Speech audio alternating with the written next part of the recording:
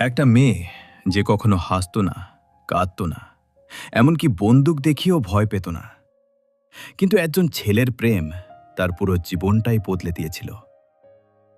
গল্পে লাকি প্রথমবার স্পন্দনার সঙ্গে লিফটে দেখা করে।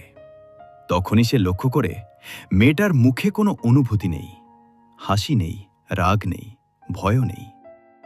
পরে একটি ব্যাংক ডাকাতির সময়ও বন্দুক তাক করা হলেও স্পন্দনার মুখে কোনো প্রতিক্রিয়া দেখা যায় না।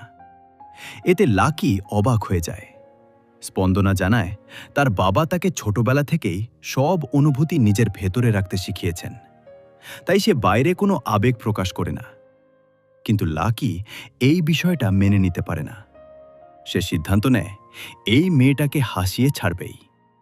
এরপর শুরু হয় লাকির মজার মজার চেষ্টা। সে বারবার স্পন্দনার সামনে আসে, তাকে হাসানোর চেষ্টা করে, আর ধীরে ধীরে স্পন্দনার জীবনে রং ফিরতে শুরু করে। প্রথমবারের মতো সে হাসে, রাগ করে, আনন্দ প্রকাশ করে। একসময় স্পন্দনা বুঝতে পারে লাকি শুধু দুষ্টু ছেলে নয়, তার মনটাও অনেক ভালো। আর সেখান থেকেই সে লাকির প্রেমে পড়ে যায়।